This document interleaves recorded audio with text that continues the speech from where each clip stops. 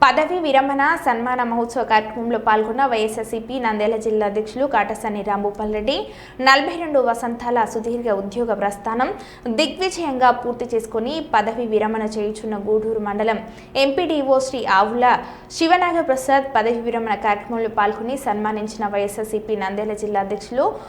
మరియు పాణ్యం మాజీ ఎమ్మెల్యే కాటసాని రాంభూపాల్ రెడ్డి